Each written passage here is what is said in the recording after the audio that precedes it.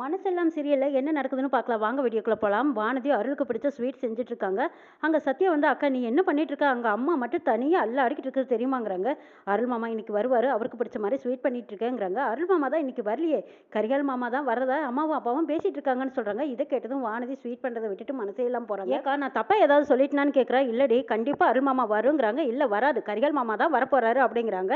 கண்டிப்பா வரும் பாருங்கிறாங்க. அங்க கார் சத்தம் கேட்டதும் ஏதோ கார் சத்தம் கேட்குது, யார் வர்றான்னு நான் போய் பார்த்துட்டு வரேன்ட்டு சத்யா வெளியில ஓடி வந்து பார்க்குறாங்க. அருள் குடும்பத்துல இருந்து எல்லாரும் வந்திருக்காங்க. இதை பார்த்த வரதராஜன் அடடா நான் இவங்களை கூப்பிடவே இல்லையே, இவங்க எதுக்கு வந்தாங்க அப்படின்னு வான்னு கூட கேட்காம நிக்கிறாங்க. எங்க அண்ணனும் அண்ணியும் வந்திருக்காங்க, வாங்கன்னு கூப்பிடுங்கன்னு சொல்றாங்க வரலட்சுமி. நான் இவங்களை கூப்பிடவே இல்லையே, இவங்க எதுக்கு வந்திருக்காங்கன்னு சொல்லிட்டு போயிடுறாங்க. இதை பார்த்துக்கிட்டு இருக்கிற வானதிக்கு அப்படியே மனசு பொக்குன்னு போயிருது. கல்யாணோட தம்பியும் கல்யாணியும் குசு குசுன்னு பேசிக்கிறாங்க. அக்கா வரதா ஆரம்பிச்சிட்டாரு, இன்னைக்கு தவசம் களக்கட்டு போடு போக்கா அப்படிங்கிறாங்க. ஆமாடா அதுதானே நானும் எதிர்பார்க்குறேங்கிறாங்க கல்யாணி. இவர் பேசுனது எல்லாம் நீ மனசுல வச்சுக்காதனே, உள்ள வான்னு கூட்டிட்டு போறாங்க வரலட்சுமி. வரதராஜ் கரிகாலனுக்கு ஃபோன் பண்றாங்க. ஒரு சின்ன பிரச்சனை, அப்பாவும் நானும் அங்கே தான் இருக்கோம், அதை முடிச்சதும் நாங்கள் வந்துடுறோம், நீங்கள் தவசத்தை பூத்தி ஆரம்பிச்சிருங்கன்னு சொல்கிறாங்க. கரிகாலன் சரிமா அப்படின்ட்டு வைக்கிறாங்க வரதராஜ். வானதி அருளை பார்த்ததும் அவங்க என்ன கலர் ட்ரெஸ் பண்ணியிருக்காங்களோ அதே மாதிரி போய் புடவையை மாற்றிக்கிறா. அதை சத்யாகிட்டையும் சந்தோஷமா சொல்கிறாங்க. மேட்சிங்க்கு மேட்சா நல்லா தான் இருக்கு, அவர் வந்ததுனால எனக்கு சந்தோஷமே போச்சுங்கிறா. ஏய் அவர் வந்ததுல நான் சந்தோஷப்பட்டு இருக்கேன், உனக்கு என்னடி சந்தோஷம் போச்சுன்னு கேட்குறாங்க வானதி. சத்யா நான் சொன்னதெல்லாம் நீ செய்கிறேன்னு சொல்லியிருக்கேல, நானும் அம்மாவும் ஒரே கலரில் ட்ரெஸ் போட்டிருக்கோம்ல, எங்கள் ரெண்டு பேர்த்தையும் சேர்த்து ஒரு ஃபோட்டோ விடுங்கிறாங்க வானதி. கல்யாணி குணா கிட்ட சொல்கிறாங்க, உங்கள் தங்கச்சி பொண்ணுக்கு எவ்வளோ திமிரு பார்த்தீங்களா, கடன் கொடுத்தவன் நடு ரோட்டில் வச்சு கையை முறுக்கிறான், இவன் அந்த கடனை வாங்கி அடிச்சுட்டு போக வேண்டியதானே, என்ன திமிரா பேசிட்டு இருக்காங்கிறாங்க. எதுக்கு அவள் இப்படி எல்லாம் பேசிட்டு இருக்க, சுயமா சம்பாரிச்சு அவ கடன் அடைக்கணும்னு நினைக்கிறா, அது நல்லது தானுங்கிறாங்க.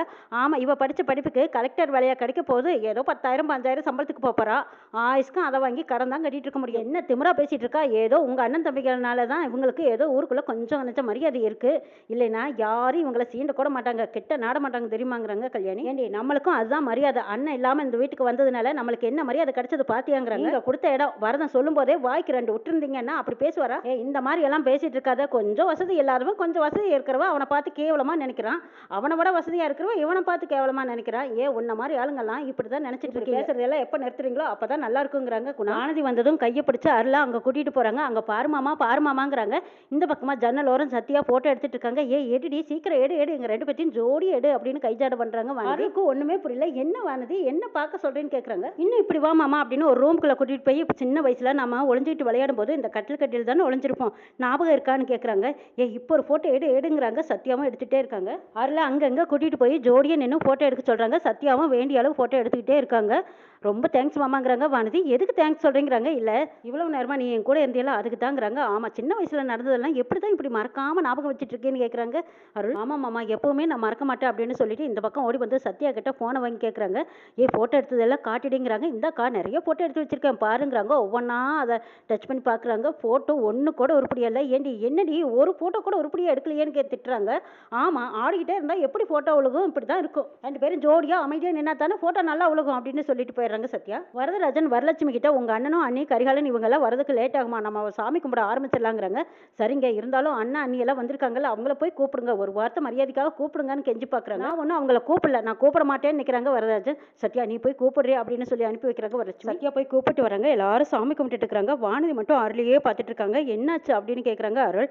ஒன்றும் இல்லை மாமா அப்படின்னு சொல்லிட்டு அருளையே பார்த்து ரசிக்கிறாங்க வானதி அவங்கள சுற்றி சுற்றி ஓடுற மாதிரியும் அருள் அவங்கள துரத்தி பிடிக்கிற மாதிரியும் கனவு கண்டுட்டு இருக்காங்க வானதி என்னாச்சு அப்படின்னா அருள் சைகில கேட்கவும் ஒன்றும் இல்லை மாமா அப்படின்னு சந்தோஷமா இருக்காங்க. சரி வாங்க சாமி கும்பிட்டச்சில் எல்லாரும் போய் சாப்பிடலான்னு கூப்பிடுறாங்க வரலட்சுமி. எங்க எல்லாரும் சாப்பிட போறாங்க, நீங்களும் வாங்கங்கிறாங்க. எங்க அம்மா இறந்த நாள் அன்னைக்கு நான் என்னைக்கு சாப்பிட்டுருக்கேன், போங்க எல்லாரும் சாப்பிடுங்கன்னு சொல்றாங்க வரதராஜ். சுந்தரம் நந்தினி இவங்க கடன் கொடுத்தவர்கிட்ட கையெழுத்து போட்டு கொடுக்குறாங்க. ஐயா இந்த கையெழுத்து ஒன்று போதுங்க ஐயா, எனக்கு இது போதும் அப்படின்னு சொல்லிட்டு போறாங்க. சுந்தரம் வரதராஜ வீட்டுக்கு போலாம் வாங்கன்னு சுப்புலட்சுமியை கூப்பிடுறாங்க. இல்லைன்னு அவங்க எங்களை கூப்பிடவே இல்லை, நாங்க எப்படி வருதுங்கிறாங்க. கூப்பிடலைன்னா என்ன, நம்ம தங்கச்சி வீட்டு விசேஷத்துக்கு நம்ம போறதுனால தப்பு இல்லை, வா போலாங்கிறாங்க. இல்லைன்னு ஏற்கனவே அவர் போட்டோ வேற உடஞ்சிருச்சுங்கிறாங்க. அது நீங்களா உடைச்சிங்களா இல்லை தானா உடைச்சதா, அந்த கடங்காரன் தானே உடைச்சிட்டான், போயிட்டு வந்துடலாம் வாங்குறாங்க. இல்லைன்னு நீங்க போயிட்டு வாங்க அப்படின்னு சொல்றாங்க. சரி வாங்க போலாம், நீ சொன்னாலும் கேட்க மாட்டேன் அப்படின்னு சொல்லிட்டு சுந்தரம் அவங்க குடும்பத்தை கூட்டிட்டு போறாங்க. நீங்க போங்க முன்னாடி போங்க, எனக்கு ஒரு சின்ன வேலை இருக்கு முடிச்சுட்டு வரேங்கிறாங்க கரிகாலன். சரி வந்து சேருன்ட்டு போறாங்க சுந்தரம். அருள் குடும்பத்துல எல்லாரும் சாப்பிட்டுட்டு இருக்காங்க. வானதி பரிமாறிக்கிட்டு இருக்காங்க. ஸ்வீட்டை பார்த்ததும் அருள் ஆசாசியா அடடே இது நார்த் இந்தியா ஸ்வீட் ஆச்சே, இது ரொம்ப பிடிக்குமே எனக்கு, இன்னொன்று வெய் அப்படின்னு கேட்டு கேட்டு வாங்கி சாப்பிட்றாங்க. வரதராஜன் பார்த்துட்டு கேவலமா பேசுறாங்க. யார் வரணும்னு நினைச்சு சமைச்சு வச்சோமோ அவங்க வரல, வேண்டாதவங்க வந்து சாப்பிட்டுட்டு இருக்கிறாங்கன்னு பேசுறாங்க. கண்டவங்க எல்லாம் வந்து சாப்பிடணும்னு எழுதியிருக்கும் போல இருக்கு, என்னத்த சொல்றதுங்கிறாங்க வரதராஜன். அருளுக்கு கோவம் வந்து சாப்பிடாம வச்சுட்டு வந்து மாமா யார பேசிட்டு இருக்கீங்கன்னு கேக்குறாங்க. யார மனசுல வச்சு பேசுவான்னு உனக்கு தெரியாதா, நான் என்ன ஊரு கூப்பிட்டா விருந்து வச்சிருக்கேன், யார் என் வீட்டு சோத்தை திங்கிறாங்களோ அவங்கள தான் நான் பேசுறேங்கிறாங்க வரதராஜன். என்ன பேசிட்டு இருக்கீங்க, நாங்க என்ன சோத்துக்கு வக்கில்லாமே உங்க வீட்டுல வீட்டில் வந்து சாப்பிட்டுட்டு இருக்கோன்னு கல்யாணி இதுதான் சான்ஸ்னு பிடிச்சிக்கிறாங்க. ஏதோ உங்கள் அம்மாவுக்கு தவசம் சொல்லி மரியாதைக்காக வந்தா இப்படி தான் எங்களை பேசுவீங்களா? ஆமாம்மா, எங்கள் அம்மாவுக்கு தவசம்னா நான் உங்களை வந்து வெத்தலை பாக்கு வச்சு அழைச்சினா கூப்பிடாமையே நீங்கள் வந்து சாப்பாட்டில் உட்காந்துட்டு நான் பேசினா உங்களுக்கு ரோசம் வேற வருதாங்கிறாங்க வரதராஜன். மாமா மாமா வச்சேன்னு மரியாதை கொடுத்து பேசிட்டு இருக்கேன், தேவையில்லாமல் பேசுனீங்க அப்புறம் மரியாதை கெட்டும் பார்த்துக்காங்கன்னு சொல்கிறாங்க அருள். ஏண்டா என்னடா பண்ணுவேன்னு கேட்குறாங்க வரதராஜன். என் வீட்டில் வந்து கோந்து தின்னுக்கிட்டு என்னையே கேள்வி கேட்குறியா, உன்னால் என்னடா பண்ண முடியும், இங்கே பண்ணு பார்க்கலாம் அப்படிங்கிறாங்க வரதராஜன்.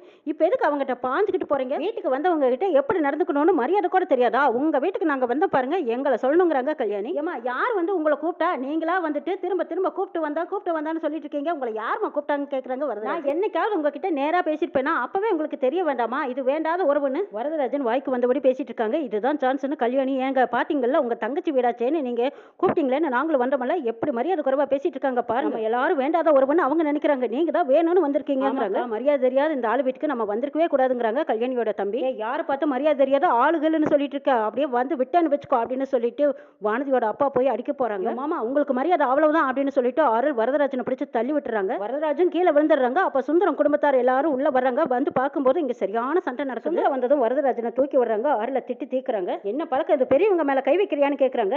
பெரியவங்கள நடந்துக்கலையே அப்படின்னு அருள் அவங்க ஆதங்கத்தை சொல்றாங்க. சொல்லி தீர்க்கறதுக்கு முன்னாடியே பெரிய பிரச்சனை ஆயிடுது. என்ன நடக்குதுன்னு நாளை பார்க்கலாம்.